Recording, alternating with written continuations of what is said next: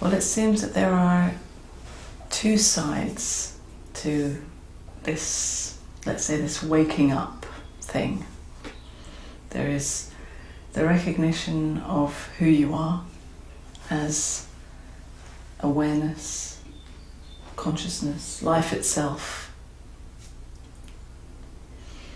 And then the other side of it is the living of that. How that is lived in your daily life as this very human form.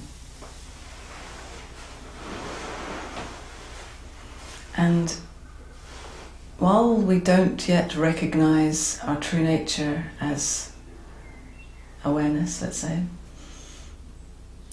we tend to believe that I need to make the effort to live more freely. I need to make the effort to arrive at some special spiritual place. And it's down to my own personal efforts. But when we recognize that our true nature is life itself, we can see that actually the living of it is happening by itself, without any personal effort necessary. Although, of course, there may still be personal effort happening, you see that it's not necessary in order to become life itself, or become freedom, or love, openness, peace. Because you recognize that you are already that. And the living of it unfolds, unravels. It reveals itself in its own time. Perhaps not always according to how we think it should be. Perhaps not always in the time frame that we would like it to happen. But if you look back at any insights or any openings that you feel have happened for you, you can also always see that they've happened in such perfect timing. Somehow life is so gentle in that way. Although there may be some hard times that we go through, the insights that come from those hard times are just enough for whatever we can take in that time. It never is too much that it kills us, somehow. Although maybe sometimes it feels as if it might.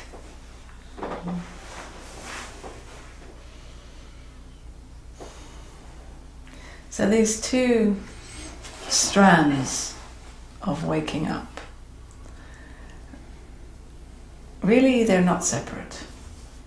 This recognizing your true nature and the living of it, we can't really separate it. And if we could, I might have retreats where I would focus only on the waking, the recognition, and then another one of only on the living of it. But I can't separate it in my own experience and in what I see happens for people that I meet. This can't be separated because there is this fundamental recognition that there is no separate me. But this is not the end of waking up. This is actually just the beginning. It's not a final goal. It's just seeing a belief about who you think you are, seeing that it's false. It seems to be the most fundamental belief because it's what we're encouraged to believe from a very young age. But in the living of this in our daily life, there are so many other beliefs that get seen through. There may be the fundamental one, this belief in a me, but then there are so many others about me that seem to come off this original belief. So this me belief is like the root or the trunk of the tree. And then all the branches are the stories about me. And those stories about me are seen through life experience, through heartbreak, through traumas that happen in our lives. We have these insights through experiencing joy and happiness. We can also see that there's nothing to get from that, nothing to hold on to. We have these insights about who we are and what that means about our life through all kinds of life experience, including coming here, of course. And here we spend the day focusing specifically on beliefs that we have about ourselves. So in a way it kind of speeds up that seeing through these beliefs together.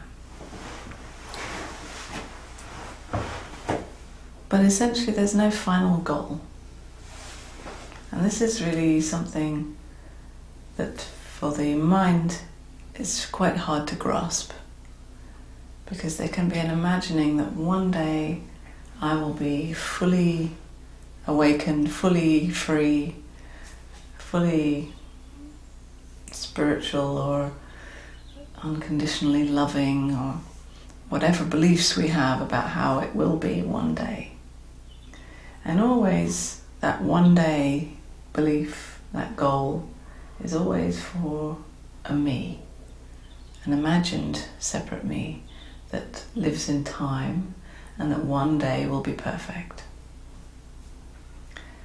But as we discover that there is no me, actually, there is no separate entity that lives in time, then there's no me that can arrive at any final goal. This actually destroys the whole spiritual path when we see that there is no separate me. Then there's nowhere to get to. There's no dream of one day when I'll be fulfilled or perfect or feel better. In really seeing through that dream, that hope, you're left with what is right now. Whatever is here. Just the way it is. Whether you like it or not, it's here to be felt, to be experienced, to be lived.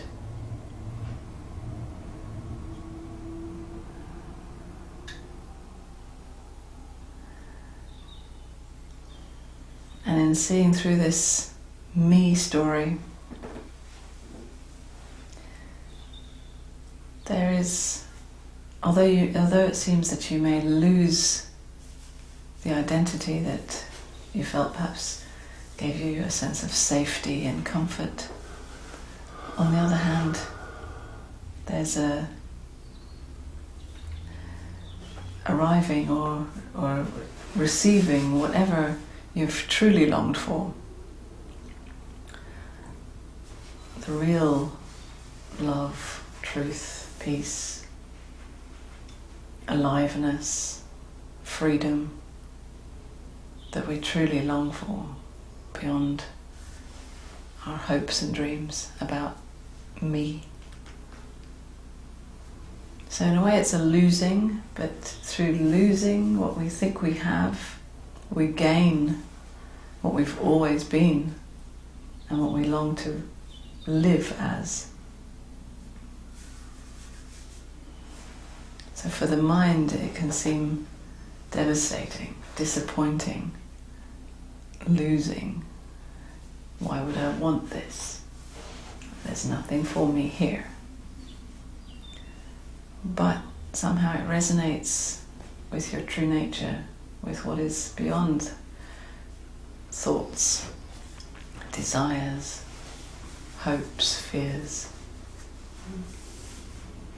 and resonates with your real longing to come home to yourself, to be free.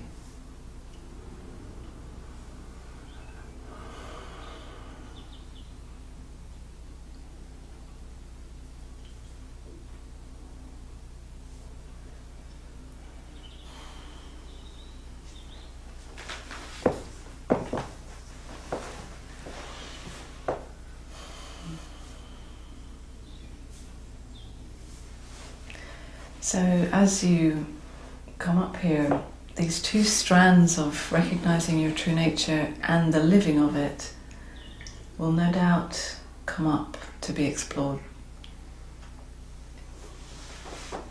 No matter what area of your life we look at, it always comes back to who. Who is believed to be living this life? Who is believed to be in the story that, in the drama or the story that you believe is happening? It's always the most basic question.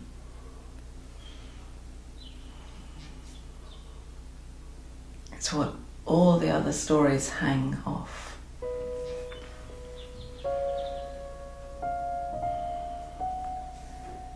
But let's see.